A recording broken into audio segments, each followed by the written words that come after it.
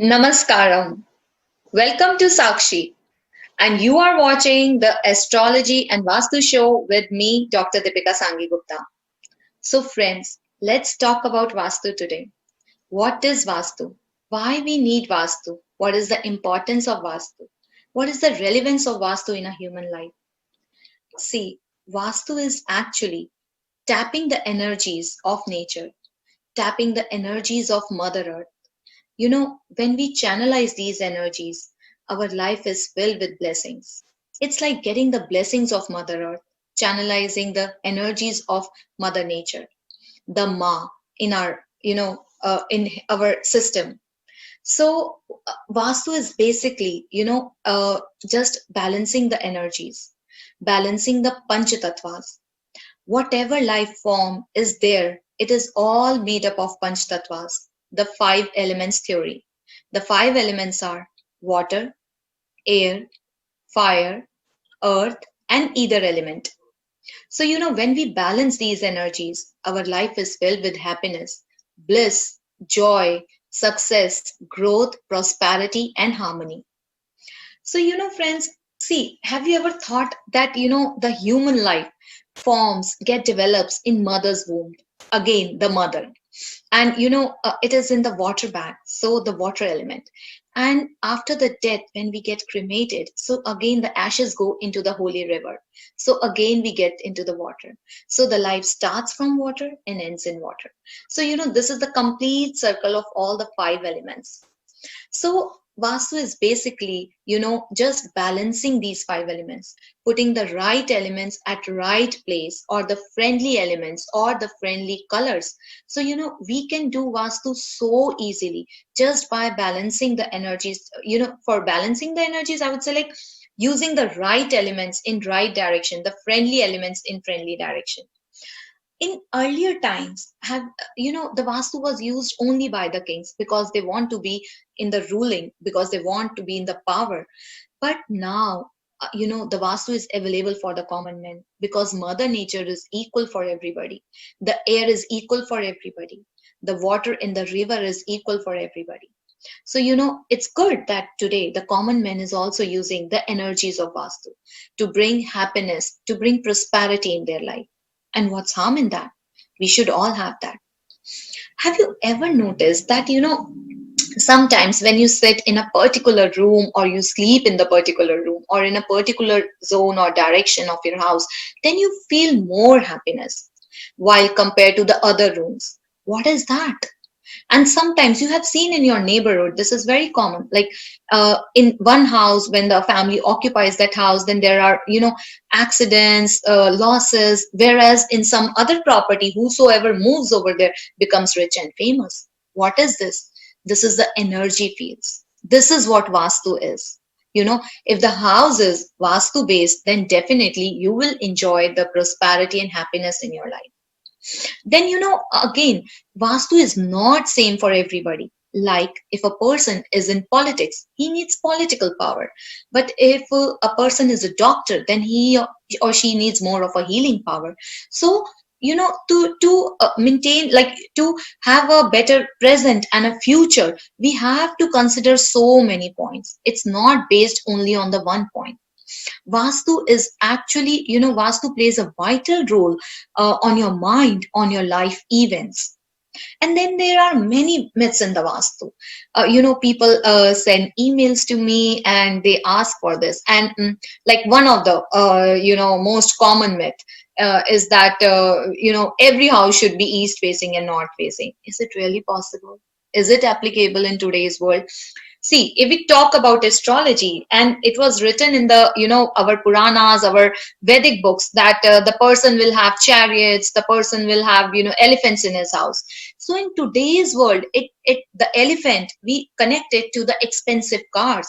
So we have to connect those, when the ancient times and to the modern times, we have to convert those principles. We cannot say that today somebody will have the elephant outside his house as a vehicle. No, it's not possible in today's world. So the elephant is compared to some very expensive car.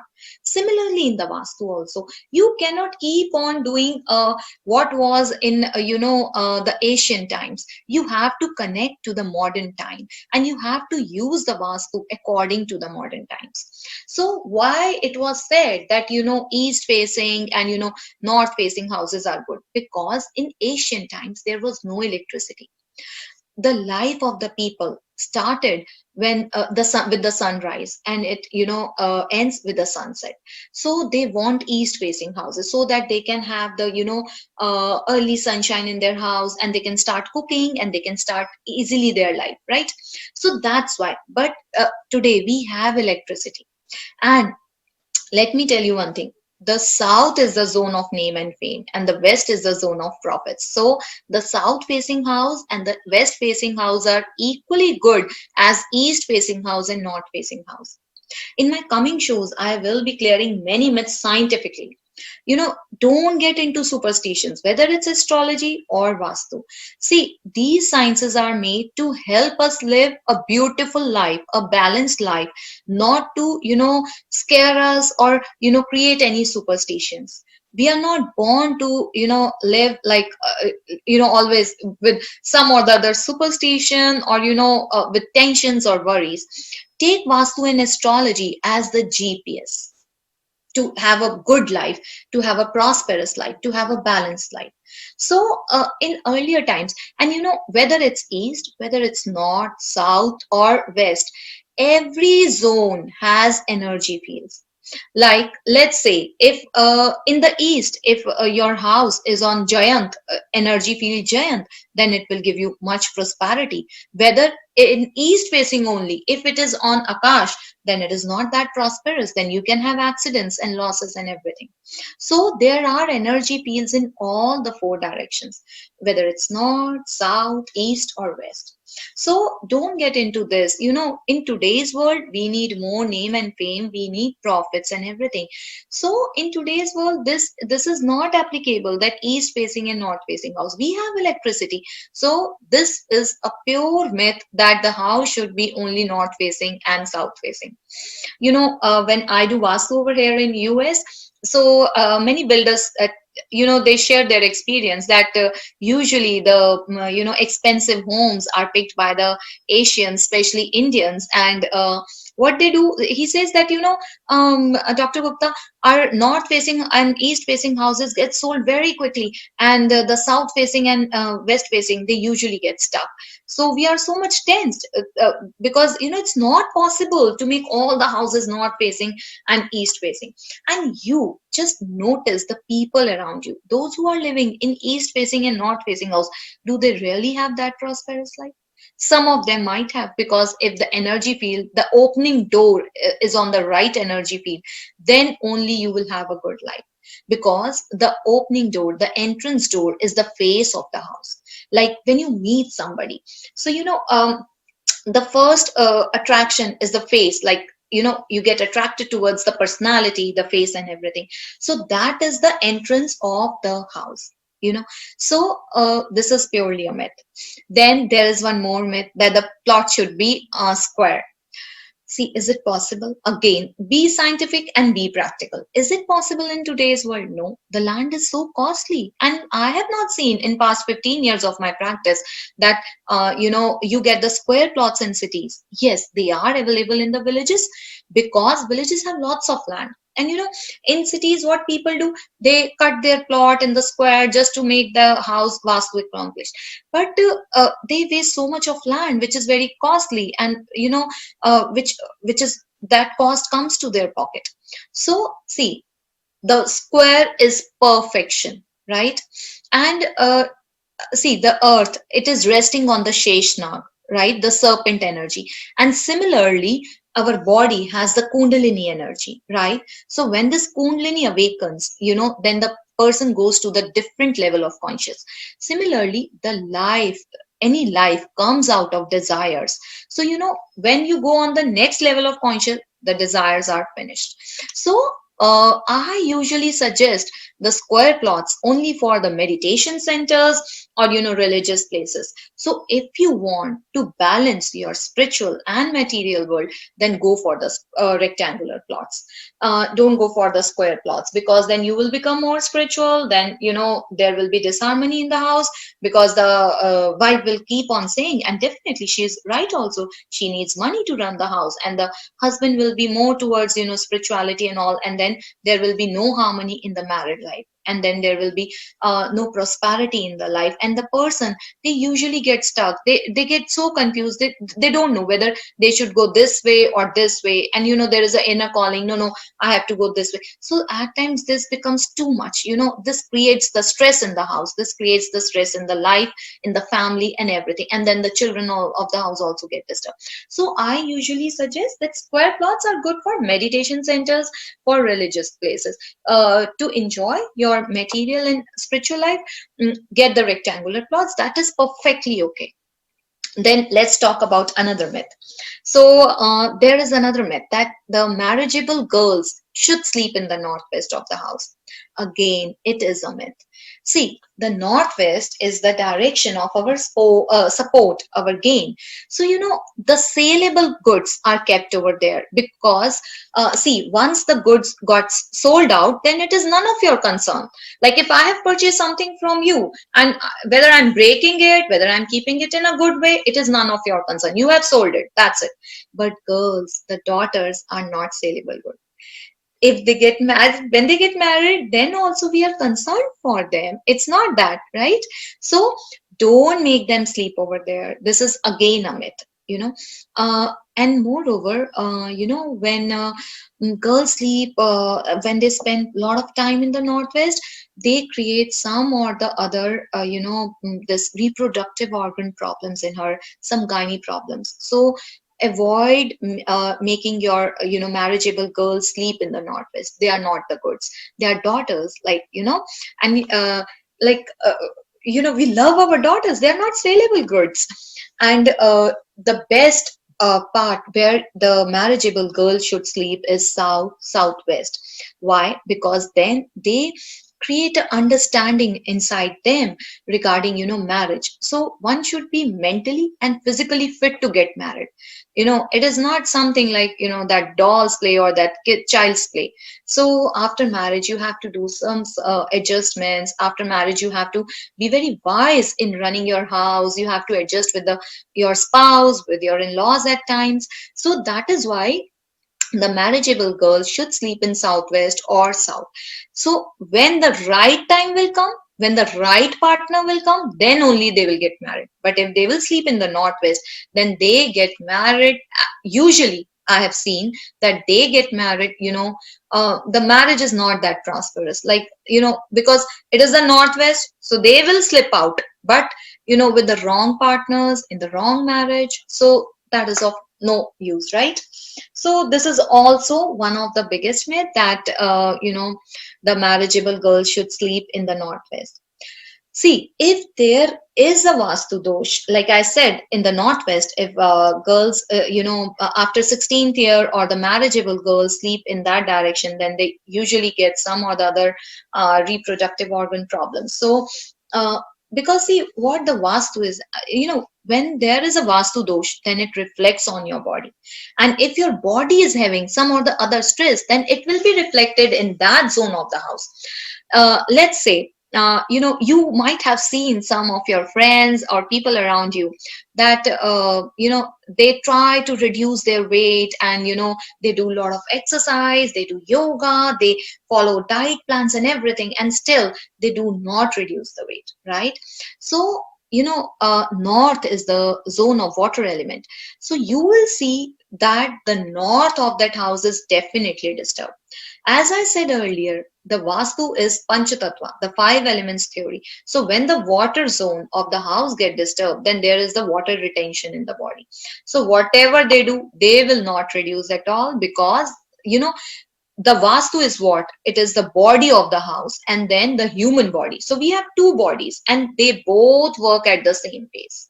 So whenever there is, the water zone is disturbed in the house, then definitely that is shown on the body. So you will have, obesity problem, and otherwise, the weight will not reduce. You will keep on gaining the weight without any reasons. You might have heard your friend saying, I eat so less, but still I gain a lot of weight. So, the water element of that house is definitely disturbed. So, when you see human body, when you talk to them, you can easily make out that which zones are disturbed in the house. So if we put if there is kitchen in the north, right, or because as it is a water element, so the anti element will be fire. Okay, so when there is fire in the north, then this problem comes. I can give you one more example. Like, let's say if the northeast of the house is disturbed. So, if the northeast is disturbed, then definitely there will be some eyesight related issues, usually weak eyesight. So, if the northeast is unbalanced, if it is a cut zone, if it is overextended, then the family can get affected with the eye problem or something. And then who will get affected? This is the thing. Like, there may be 10 members in the family. Then who will get affected? The person with the weakest stars, the person with the weakest planetary position will get affected by this. So, just by listening to the problems, you can easily make out that which zone is disturbed. Okay, so the Vastu always reflects on the mind, on the body, and life events. That is why it is said that, we need to balance the energies. We need to, create harmony between the body of the house and the human being.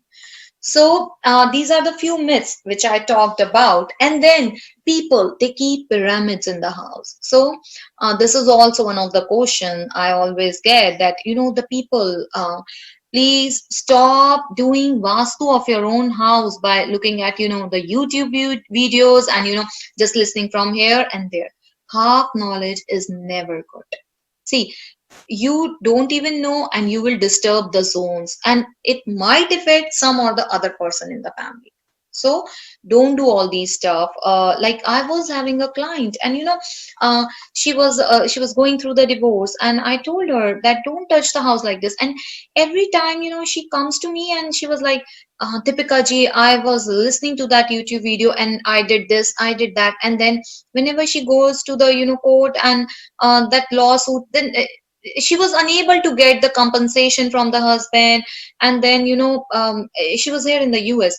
And then her son used to beat her up. At times he used to come by like the court orders, and used to beat her up, and then she used to cry. And then I used to ask her, what you did? Then she said, oh, I was watching that YouTube video, and then I put this in the this. So this is not right. Like, south, let's talk about south. So that is a fire zone. So never keep water elements over there. If there is the toilet, if your kitchen is over there, then a different kind of treatment is done. Okay, but don't try to create, like putting a water ball, or putting some, any kind of water body which is man-made water body, like this fountain, small fountains or something in the south is not good. South is the direction of name and fame, your stability. So, and if we talk about southeast, then it is like the cash liquidity. So, this all will get affected. So, don't read in the newspapers and see the YouTube videos, and just keep on doing the changes in your house. This is not advisable at all, because vastu is very, very effective. If there is a little bit of energy here and there, then you might be balancing one element, but you might be disturbing the another one. Okay, so let's get back to this myths. Okay, then there is one more myth, that you should always face east and north while doing any activity. You tell me, is it possible? Like, you always sitting north and east? No, it's not possible at all. So, see, why again the same answer scientifically, that see, there were two things. First of all, the people start their life with the, in ancient times, in Satyug and all. See, the people start their life with sunrise and ends with the sunset. One point is this. The second point, in earlier days, everything was handmade. The craftsmen used to make the things, but today we have machines. We are not, if from one safety pin to the aeroplane, everything is made by the machines. People are not. There are no too much not of these, handcrafted, handmade things. So if you have something, if your business is something where you are creating the things, like a tailor, I would say, he is doing that tailoring thing, okay, they can sit east facing, that is okay. But if machines are doing, then the east facing and north facing, this is purely a myth. Okay, so let's say if you are studying law, so you should face south facing. It depends what kind of a work. And moreover, see, in the olden days, the business setup was not that big. In today's world, you need finance, you need planning, you need marketing, you need HR. There, the business setup in today's world in and the olden days is totally different. So we cannot follow the rules which were applicable in the olden days, but we can follow the science behind it and we can apply in today's world for us. So if you are, see, west is the zone of gains, north is the zone of money opportunity. So if you are doing anything regarding your accounts, or if you are the person who deals in the accounts, you should always sit facing towards the north. But if you are in sales, then sit in the east facing west. So it depends. But if you are a marketing person, then sit in the west facing east. So it depends the kind of a work you are doing. As I said earlier, that a politician needs more power, political power, and but a doctor needs a healing power. And if we exchange the energies, then see, the results will not be according. The desired results won't be there. Like if we give the healing things to the politician and that political power to the doctor, then it will be of no use, right? So we have to just follow the science behind the vastu, but we don't have to follow that ancient vastu. We have to be more scientific. It should be more relevant to today's time. Okay, so let's talk about the next myth. Now, wind chimes. They are again, people put wind chimes here and there. Again, wind chimes also create a kind of energies. And I advise wind chimes only outside the house. And moreover, it's like then again, see, even number, odd number, there are many principles in this wind chime also. So don't, hang wind chimes here and there. That can disbalance the energies of the house. So if you're putting a wind chime in the west, put it in the even numbers. If you're putting the wind chime in the east, put it in the odd numbers. And then the metal, there are so many other things. Okay, let me give you a tip, and it is applicable for anybody. It won't disturb the energies at any cost. If it will not do good, it will not disturb the energies. So just put a, in the northwest, you can put a metallic wind chime with 6 rods, and it should be golden in color. So outside your door, if you have a northwest facing house, then only. And this creates the energies, like you will get mentors in the life. And if I converted this to astrology, then I would say that wear something of golden color in your hand. It can be a golden strap watch. I'm not saying gold plated. I'm saying golden strap watch in the left hand, or it can be a golden bangle. Anything you can wear. So why is it so? See, have you seen whenever there is a fight in the public? I'm just giving you example. Whenever there is a fight in public or something, then people always support a female. Why? Have you ever thought why? It's not that the females, if even the female has been rude, still the public will support a female, right? But why? Because when we wear anything which is of golden and metallic, like a gold bangle or a golden strap, metallic watch, something like that, then we create mentors for us. Okay, it is a concept of astrology, but it is applicable to anybody. So see, from past 15 to 20 years, the watch companies have started making more of a silver strap watch. Earlier it used to be more of the golden watches. Okay, so from past 10 to 15 years, there has been more coldness among the relationships. in past 10 to 15 years. Earlier people used to wear the golden strap watch, or the ladies of the house, they always used to wear the gold bangles. But now, due to the fashion and everything, what has happened, the ladies are not wearing the bangles, or they are wearing some of the artificial jewelries or something, whatever. But yes, this is what we, our ancestors have made, that keep on wearing something made of made up of gold in your hand. If you cannot afford gold, then you can buy some golden strap watch, that is not that costly. I'm not saying gold, I'm saying golden strap watch. So this is the concept. You will create mentors in your life. You will always get the support of some or the other people if you keep on wearing something of gold or golden metallic thing in your hand. Okay, the next thing. Oh, I was on the pyramids also. Okay, so people keep pyramid anywhere in their house. They even hang them on the walls, on the ceilings, anywhere. So this is not right. Like, you have to keep pyramids only on the floor and north and south axis.